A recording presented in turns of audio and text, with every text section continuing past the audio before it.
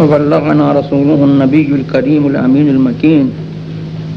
ونحن على ذلك لمن الشاهدين والشاكرين والحمد لله رب العالمين. غوث اعظم بمنے بے سر و ساما مدد قبلہ دی مدد کعبہ ایماں مدد انتظار کرم تست من عینی را اے خدا جویو خدا بینو خدا نا مدد. وقت بہت کم ہے، مجھے تقریر کرنا آتی بھی نہیں ہے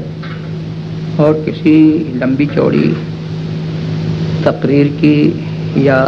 لمبی چوڑی گفتگو کی کوئی گنجائش بھی نہیں ہے. حضرت مولانا مفتی شعبان علی صاحب نعیمی آئیں گے، وہ آپ کو تقریر پرتنویر سنائیں گے. یہ شب براءت ہے. براءت کے معنی عربی زبان میں چھٹکارے کے ہیں، آزاد ہونے کے ہیں. ہم لوگ اس کو شب برات کہتے ہیں اردو میں اور فارسی میں، اور اس کا نام عربی میں لیلۃ البراءہ،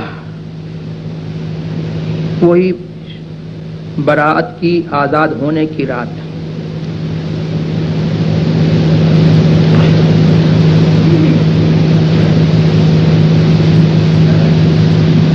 آزاد ہونے کی رات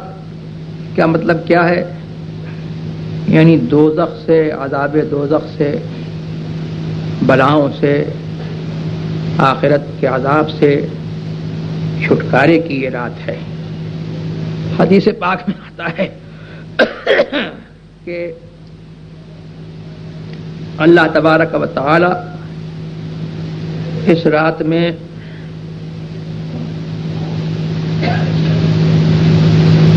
قبیلہ بکر، بنی بکر کی بکریوں کے برابر لوگوں کو جہنم سے رہائی دیتا ہے. اور اللہ تبارک و تعالیٰ کے کچھ بندے ہیں جن کو وہ خود اپنے علم سے جانتا ہے کہ کتنے بندے وہ ہیں جن کو اس رات جہنم سے رہائی ملنے والی ہے. اس کے لیے الحمدللہ ثم الحمدللہ جہنم سے رہائی جو ہے وہ تو ہم مسلمانوں کا، سنیوں کا، اہل سنت والجماعت کا نصیب ہی ہے. حدیث پاک میں آیا کہ ایک جان وہ ہے جو، ایک شخص وہ ہے جو اپنی جان کو اللہ و رسول کی مرضی پر بیعت کر دیتا ہے، بیچ دیتا ہے اپنی جان کو، تو وہ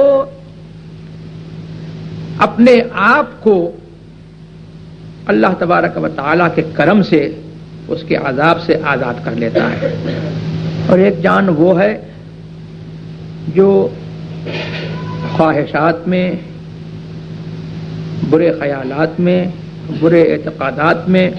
اللہ و رسول کی مرضی کے خلاف اپنے آپ کو دنیا میں وہ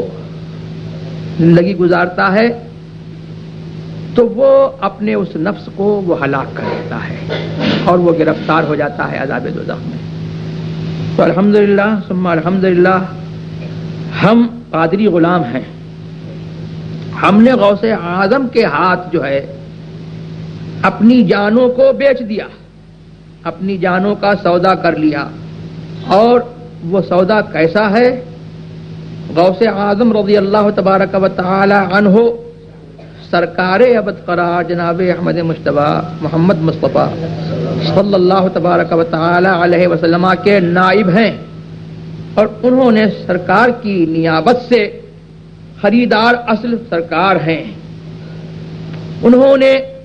سرکار کے لیے ہم کو خرید لیا، ہم سرکار کے لیے جو ہے ان کے ہاتھوں پر بک گئے، اور پھر جنت ہماری ہے، اور دوزخ سے جو ہے رہائی جو ہے وہ ہمارے لیے ہے۔ تو سب سے بڑی بات یہ ہے اس رات میں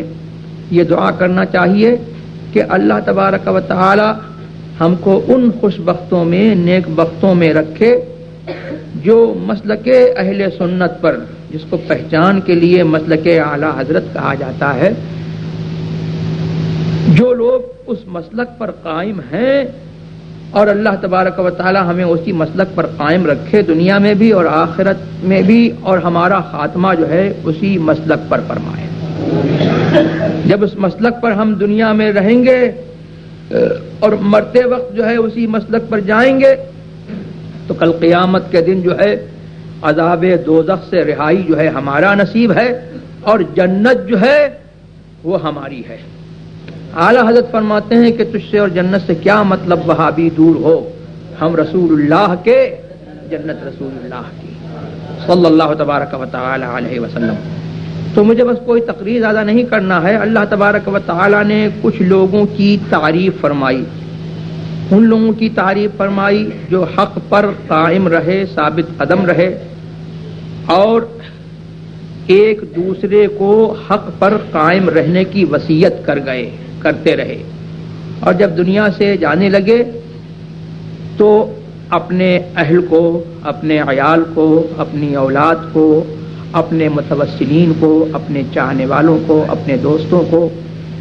دین حق پر قائم رہنے کی وصیت کی انہوں نے، اور اس پر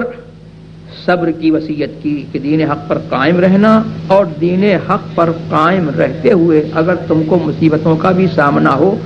تو ان مصیبتوں پر صبر کرنا۔ اللہ تبارک و تعالی نے ان لوگوں کی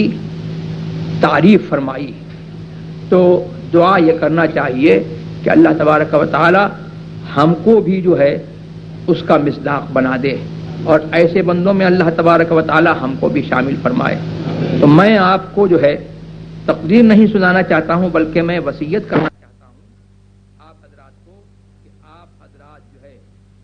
مسلک اہل سنت والجماعت پر، جس کو آج پہچان کے لیے مسلک اعلی حضرت کہا جاتا ہے، جو حقیقتاً اللہ کا دین، اس کے رسول علیہ الصلوۃ والتسلیم کا دین ہے، اور جو صحابہ کرام کا دین ہے،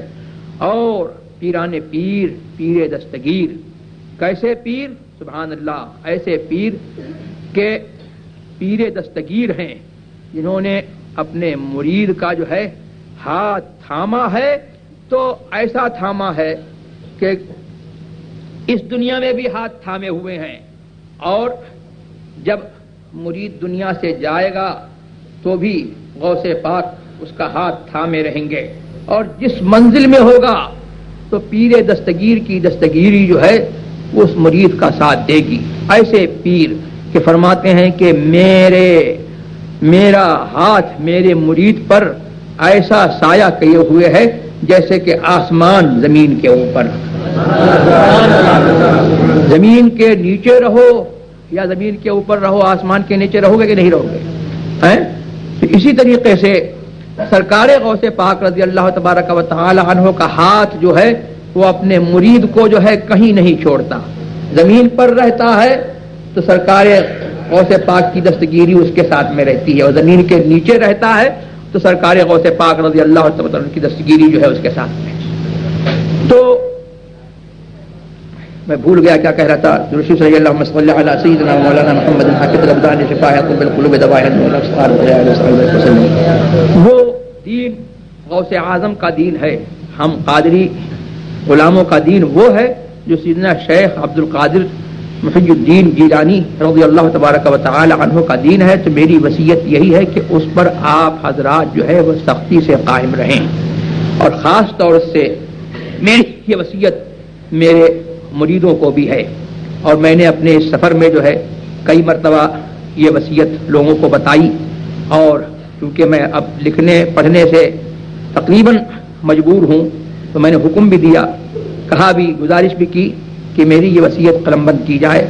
کہ لوگ میری معرفت سلسلہ قادریہ رضویہ، سلسلہ عالیہ نوریہ قادریہ، نوریہ رضویہ قادریہ برکاتیہ میں جو لوگ داخل سلسلہ ہیں وہ لوگ مسلک اہل سنت پر، مسلک اعلیٰ حضرت پر، مسلک غوث اعظم پر سختی سے قائم رہیں، اور وہی میرا مرید ہے جو اس مسلک پر قائم ہے، اور جو اس مسلک سے منحرف ہو وہ میرا مرید نہیں ہے۔ اور یہی میری وصیت میری اولاد کے لیے ہے، میرے خاندان والوں کے لیے ہے، جس کو میرے خاندان میں، اعلیٰ حضرت کے خاندان میں جس کو اس مسلک پر آپ حضرات جو ہے قائم پائیں، اسی کے پیچھے چلیں اور اسی کا ساتھ دیں، اور خدا نخواستہ اگر اعلیٰ حضرت کے خاندان سے جو ہے کوئی شخص جو ہے اعلیٰ حضرت کے مسلک سے، غوث اعظم کے مسلک سے، رسول اللہ کے مسلک سے، اس دین حق سے جو ہے کوئی منحرف ہو جائے، تو آپ کو یہ نہیں دیکھنا ہے کہ وہ ان اعلیٰ حضرت کے خاندان والا ہے، بلکہ آپ کو اپنے دین کو دیکھنا ہے۔ تو یہی میری وصیت ہے اور یہی میری نصیحت ہے۔ اللہ تبارک و تعالی ہمیں اور آپ کو جو ہے اس دین حق پر جو ہے ثابت قدم رہنے کی جو ہے توفیق عطا فرمائے۔ اور دوسری بات یہ ہے کہ میں سفر بہت کرتا رہتا ہوں، تو میری وصیت یہ ہے کہ میرا انتقال کہیں بھی ہو تو مجھے بریلی نہ بھیجا جائے، بلکہ کسی بزرگ کے، علی اللہ کے، اللہ تبارک و تعالیٰ کے ولی اور بزرگان دین کے پہلو میں جو ہے مجھ کو رکھا جائے، اور میرے معاملات میں تجہیز و تکفیر میں جو ہے جلدی کی جائے، اس لیے کہ حدیث میں آتا ہے کہ مردہ نہلانے والے کو، کفنانے والے کو، اپنے تجہیز و تکفیر کرنے والوں کو جو ہے واسطہ دیتا ہے، اگر وہ اچھا ہے، اس کا خاتمہ بالخیر ہوا ہے، کہ تو مجھ کو جلدی میرے مقر کی طرف پہنچا۔ تو اللہ تبارک و تعالی ہمیں اور آپ کو سب کو ایمان و سنت پر قائم رکھے، اور اسی ایمان و سنت پر اللہ تعالی ہمارا آپ کا خاتمہ فرمائے۔ اب مفتی صاحب آ گئے ہیں، وہ آپ حضرات کے سامنے جو ہے تقریر کریں گے۔ میں سمجھتا ہوں کہ شاید عشاء کا وقت جو ہے ہو گیا ہے، اب اذان ہوگی۔ وآخر دعوانا الحمد